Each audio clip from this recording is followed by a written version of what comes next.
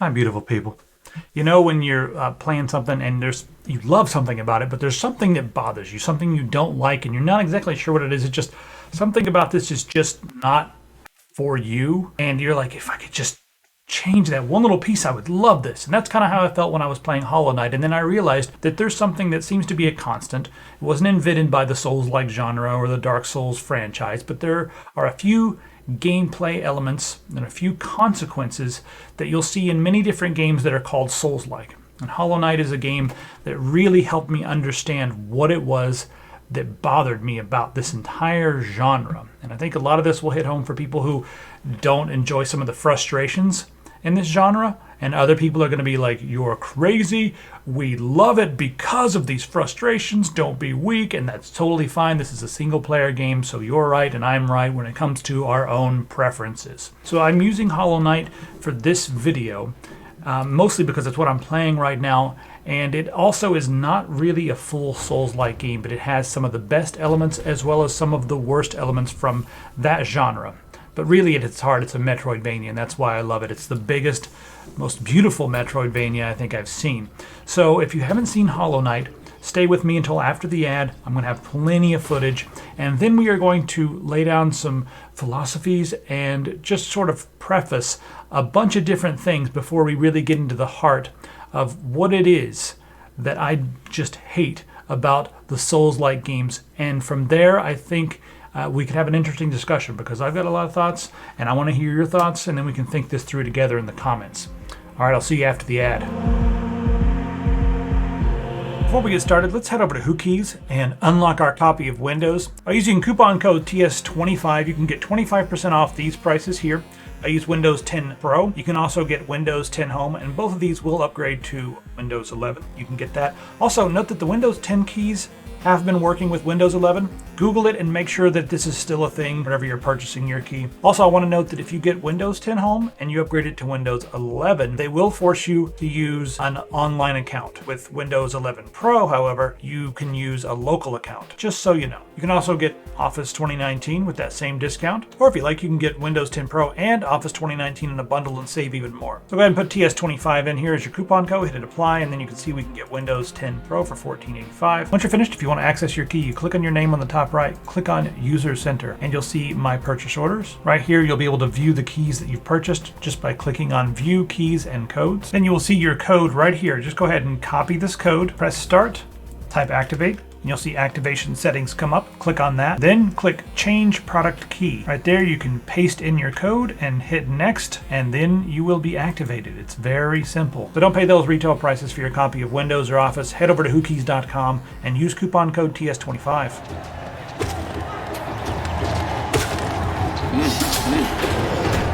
Now, I use the word hate, and that's a very strong word. And I think the first thing we need to do before we really get into this is talk about hate for a minute. And I don't mean like 1990s Marilyn Manson love, hate, love kind of nonsense, that edgy stuff. I feel like that was really more of a marketing thing, where it's like, the more your mom hates me, the more you're going to love me. That was the real secret. You know, there's some people who say that you shouldn't hate anything and that it's always evil. And I think that's an example of toxic positivity, because I think you can really understand yourself if you understand what it is that you hate and why it is that you hate it. If the reason you hate something is because you don't understand it or because it's not like you, well, that might be bigotry, and that's a bad form of hate. But now let's talk about what I consider to be good hate. I don't like reggaeton music. It just doesn't resonate with me. I kind of hate it. The reasons I hate it are because I don't enjoy that beat, something about it. I usually don't enjoy the rhythm that goes along with that beat. I don't enjoy a lot of the simplicity. I don't feel like it's as dynamic as some of the types of music I like. There are a lot of people out there that resonates with. And guess what? They're right, and I'm right. We're all right. Reggaeton is not bad, it's bad for me. And that's the same thing when it comes to preferences for video games. My preference for a game is my opinion. And I'm correct when it comes to myself, but I may not be correct when it comes to what you love and what you hate. That's where I want to come at this. Understanding what I hate. It's always important to understand why you hate something. What does it do to you? Because then this is where you can actually improve your life. You can like look at this thing and say like, okay, I hate this because XYZ. And now I know in the future, if there are other things that have XYZ, they're probably going to frustrate me and they may not be worth my time, but there may be a reason to invest time into it, like explore it a little further. That's mostly what I use the feeling of hate for, is to explore the things that I like and the things that I don't like and try to associate them together so I can find more things that I like. And, I found something I really hated about Souls-like games. But in order to talk about that, we have to talk about consequences and tolerance for consequences during periods of fun, because that's also something that's different from each individual person. And we're going to get there while you're watching me play Hollow Knight here, because Hollow Knight's not exactly a Souls-like, but it's got enough Souls-like stuff going on that it bothered me. We can go too far with this, right? You can let the things you hate define you. Like I've seen people online and their username is like anime sucks. They talk about that. They have a picture of like a circle on a slash with an anime character on it. They hate everything anime, and that is their identity. They love Scarface and mob movies. And instead of making their identity about the things they love, they've chosen to just focus on the thing they hate, and they start to almost police it, where it's like, I hate anime, and if you like anime, you're garbage because it's garbage, and here's a million reasons why. You see that a lot with tech stuff too. People who hate Apple, it's totally legit to hate Apple, but if it's your entire identity and you start to be like, people who use Apple are garbage and I hate them too, then you've gone too far. So understand what it is about certain things that you hate, and then you can start avoiding them. And at the same time, you need to understand that everyone's different, because I'm going to introduce you to a little bit of a concept here that I'm not sure everyone is aware of, and that is the concept of other people. So we have a lot of different perspectives and a lot of different ideas out there, and they're not all the same. It's totally cool to share why you like having fun a certain way, but if you start pushing the reasons that your version of fun is the best, that becomes gatekeeping. So try to keep it out of that area, and with that, we'll move on. And you also need to realize something, and it's going to be hard to hear, but a lot of times when other people like things that you don't like and you lash out, a lot of that comes from insecurity. If you can pinpoint that, then you can start dealing with it and you can become a better person. Yeah, we're getting life advice right now.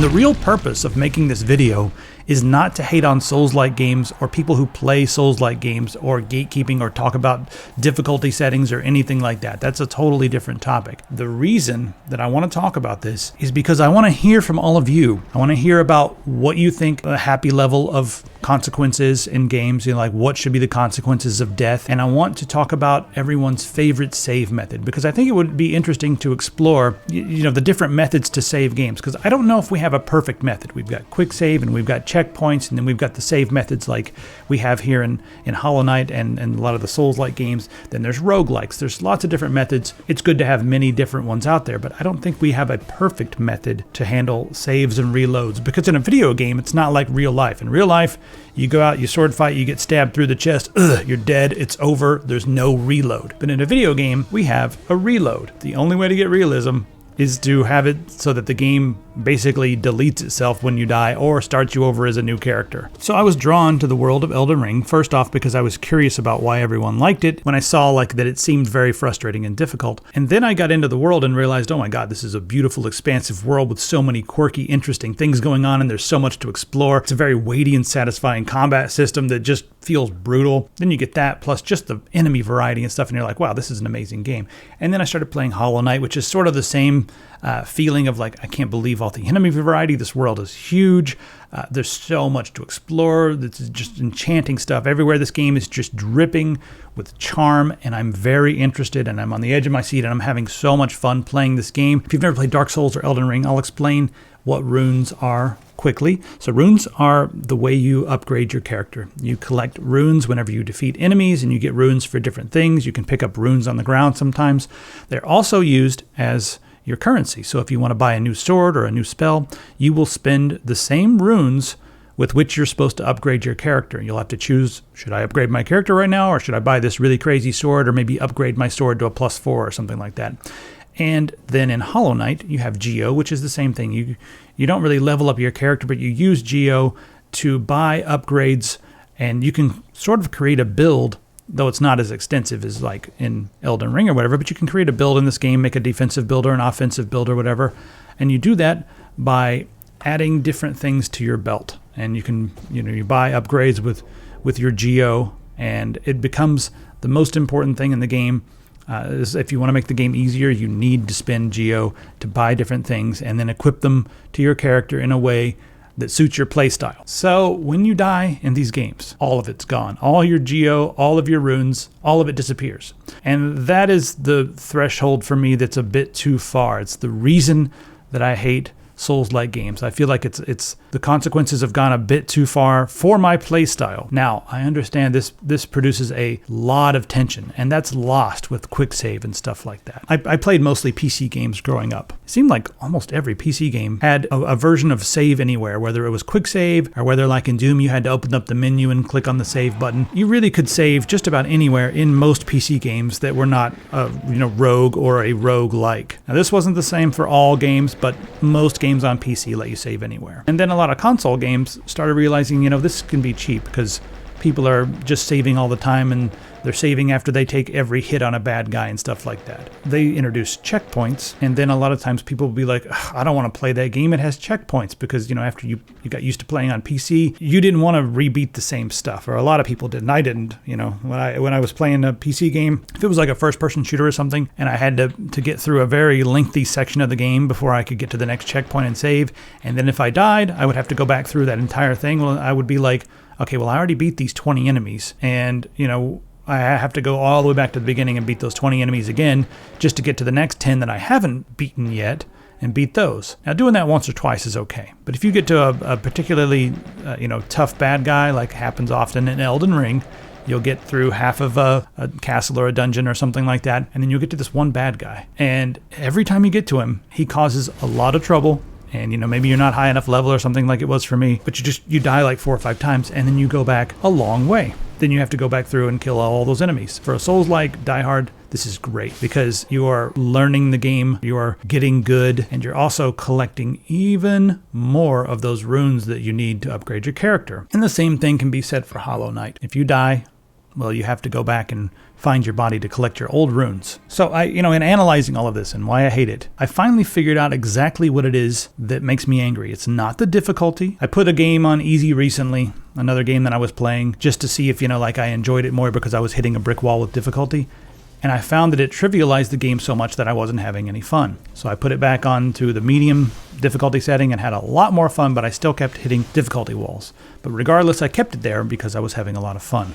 And I see in the comments a lot of people saying that we shouldn't have a difficulty because it should be policed that everyone plays at this certain difficulty because that's how you have fun. Without it, it trivializes things. And then when you push people, I've noticed some people saying like, listen, if there was an easy mode there's no way that I could resist it once I got frustrated. The people are pushing their weakness and their inability to control themselves onto everyone else. If I'm really into the game, I'm not tempted, so I'm different. And I understand some people are tempted, and that's totally fine if you're tempted.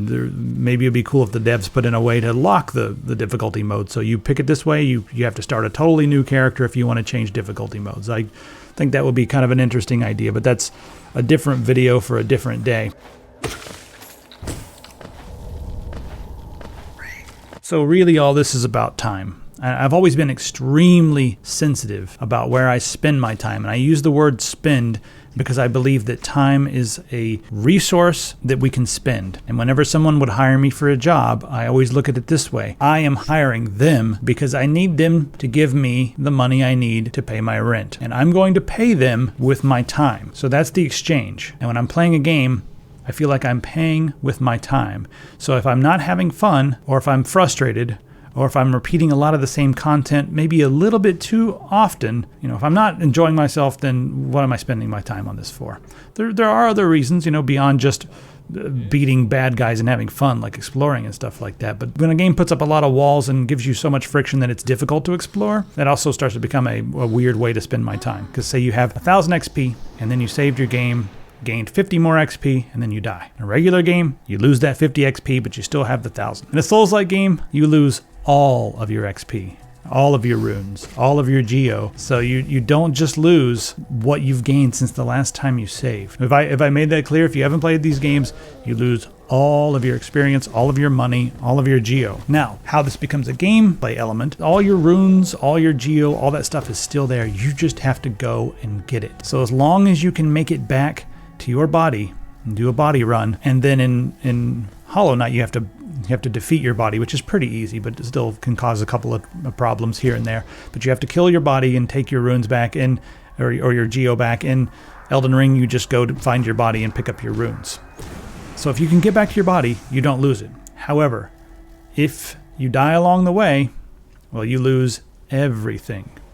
Now, this happened to me many times playing Elden Ring, because a lot of times I would be holding an absurd amount of runes because, I needed to level up, and it costs 36,000 runes to level up, and I've got 29,000. So I'm like carrying around an enormous amount of runes, and I don't want to have to carry them around. I wish I could spend them, but it's not quite enough. So I'm carrying around, a few hours worth of my time, and I'm carrying around all this stuff.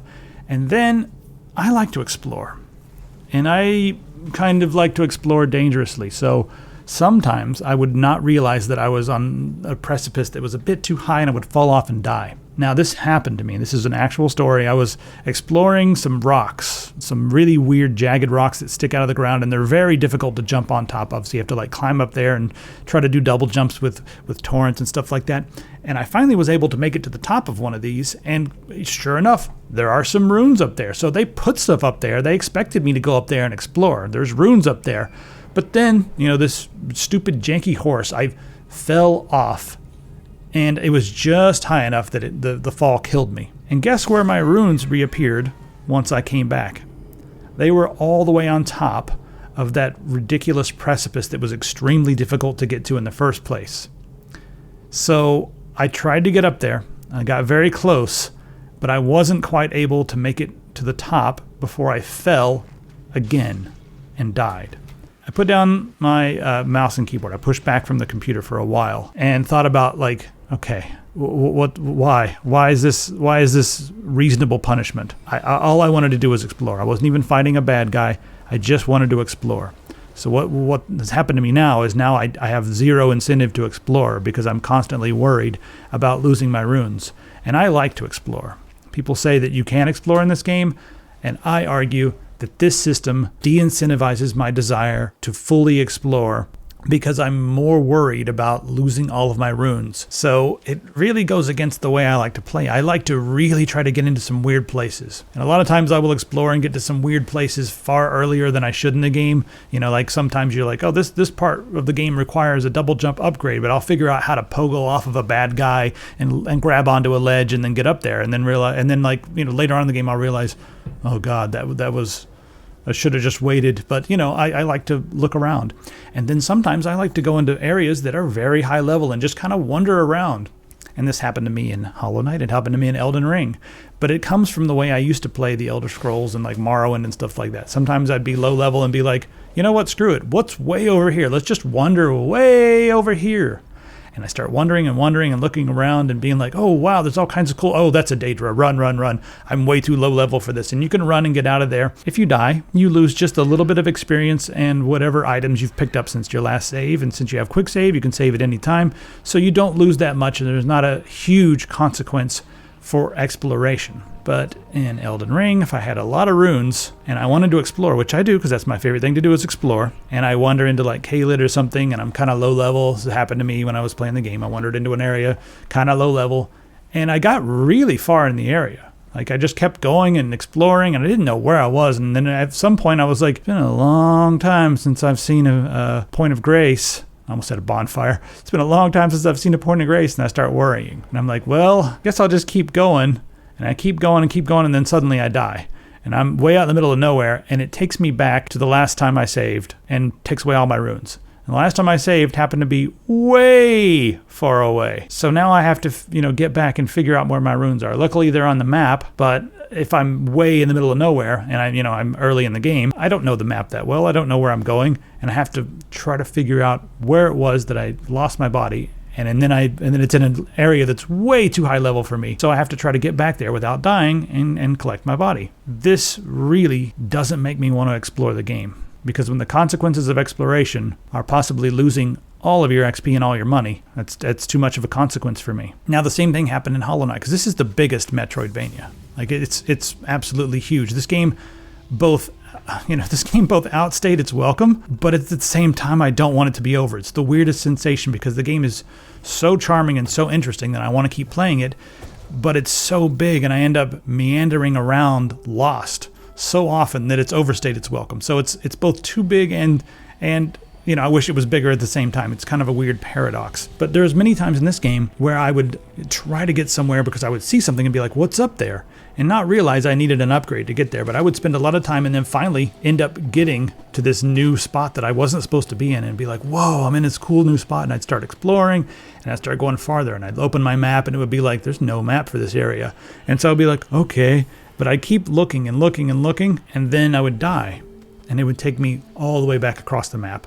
And I would lose all of my geo, which I'd collected a lot of geo, like a lot. So that would be really disheartening. And then I'd be like, I don't even remember how the hell I got where I was in the first place. So getting back there is going to be difficult. And then the other thing is a lot of times when I'm playing like a game like, Oblivion or something, I would wander off in the wrong direction and then realize I was in an area that was just probably a bit too high level for me. And then I would die. And then I would, reload my save game that was back a little bit and be like, you know what? That area, I will get to that area later.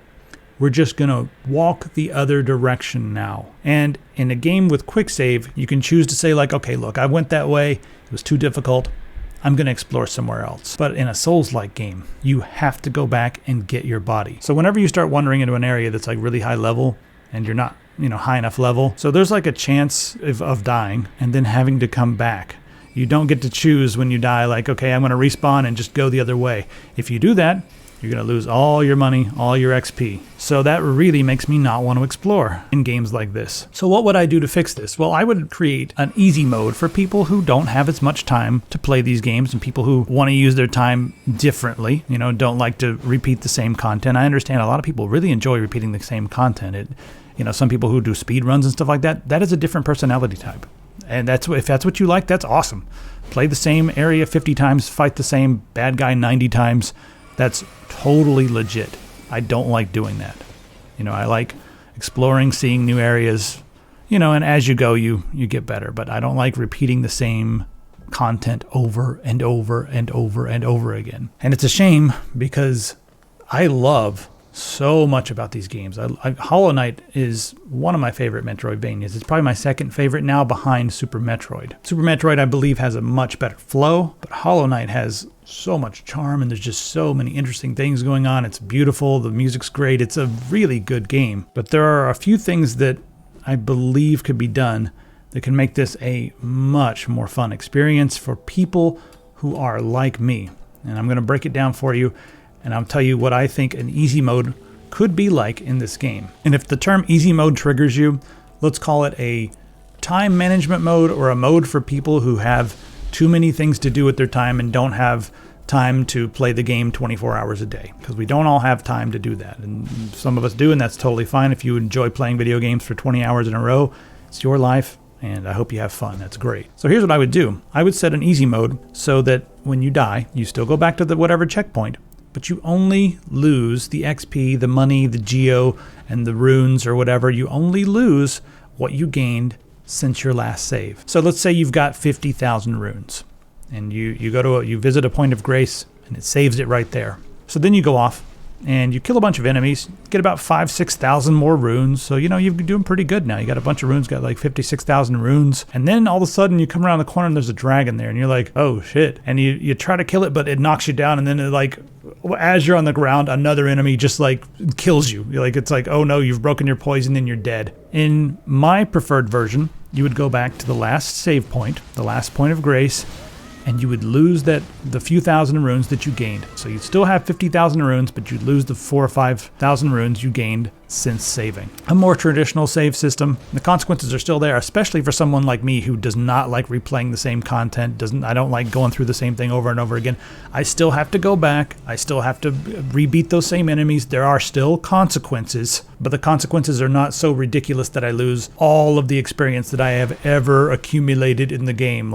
That's too much. If you're going to come at me and tell me that I don't understand, I do understand. I understand the virtues of playing and being on the edge of your seat and the tension and the struggle. I understand it. I really enjoy struggle in a lot of different things. Sometimes I want to put fun just slightly higher than frustration. Don't want to have a totally easy experience. I want some adversity to overcome. Fun and exploration, to me, are more important than frustration. Now, when I'm playing a game with quick save, yeah, it's really cheap, and I can just... people use the term save scum. And I'm not exactly sure where that came from because it doesn't make sense to me, but back in my day, if you were saving your game frequently, people will be like, be careful, don't save your game so much, you're going to save scum.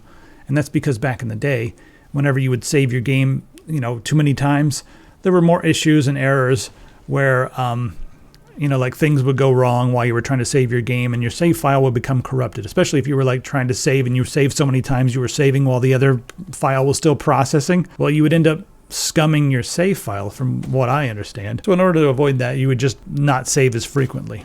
So people would say save scum. At least that's how I remember it. Now save scum just seems to mean that you're saving all the time. And you're saving, in between each choice in the game. And you're saving after every swing of your sword to make sure that you never have to go back that far. And I don't think that's a very fun way to play. And I didn't realize a lot of people were playing that way. It never dawned on me until I started talking to a few people. And they're like, oh yeah, I save every step. I save every 5 seconds. I didn't realize this. I realized that when I saved all the time, it was trivializing my experience and I wasn't having nearly as much fun. So I've created a set of rules that I apply to myself when I'm playing these games. And if you watch me stream Elder Scrolls or whatever, you may have seen how I play those games. I do not save or load if I am in danger. Like sometimes when you're playing those games and it's like, you can't fast travel right now because there's enemies present. Well, in those cases, I don't save or load my game because I like to rely on my own cunning to get out of those situations. And I found that it makes them way more fun, especially when I'm in an area where it's like a bit too high level for me and I've gotten myself into some trouble. Well, I can't just quick load out of it. Now, actually, I could quick load out of it. I could just load anytime I want. But according to the rules that I set up to govern the way that I play, I don't quick load. I don't load. If I'm in trouble, I keep playing.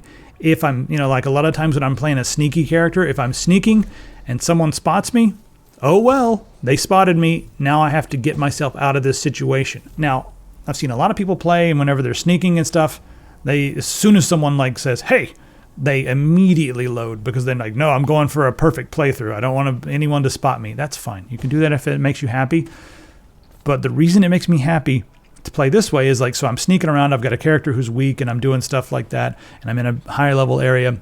Someone catches me and says hey, what are you doing here? Now, this is where the game gets really fun for me.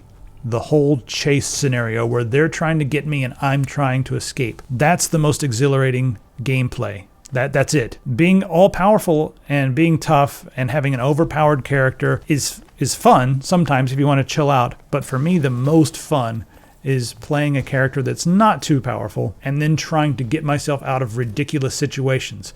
So I call this maximum shenanigans mode because whenever I'm doing this, it's just maximum shenanigans. And I don't know of any games that implement a save system like this. If there is one, maybe Oblivion. I forget if Oblivion let you save or load while you're in danger. I forget, but let me know if there are any games that are like this where you can basically quick save anytime you want, except for when you're in the middle of a combat scenario or when there are enemies around, or right after you've been doing stealth and someone catches you. You have to keep playing. So that's how I've created a fun scenario for myself.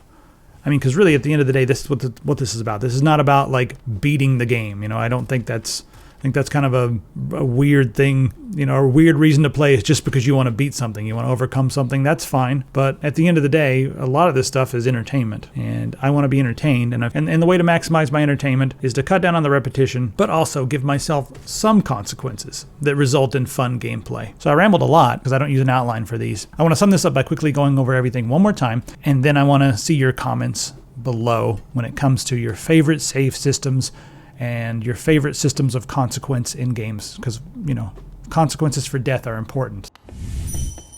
First off, I think it's good to hate things when it comes to media, art, entertainment. It's good to hate things. It's good to feel strong emotions because then that can help us determine what it is about those things that we don't like, and then we can focus on finding the things that we like. And then, after we understand these things, don't base your life on things you hate. Base your life on the things that you like, based upon your understanding of the things that you don't like. And then next up, I believe the consequences for death discourage exploration in most Souls-like games. They're a bit too severe for a lot of us, and I think an easy mode for a lot of these games would just simply be a system where you only lose the resources, XP, and money since your last save. You can keep the difficulty. You can still have your ability to gatekeep. I won't stop you. If you want to gatekeep, like, oh, get good and learn to, learn the timing better and stuff like that, you can still do that. Don't make me run back and find my body that's all the way across the world, because then I'm not going to be incentivized to explore as much, and that's what I love to do. Next up, the way you play these games is valid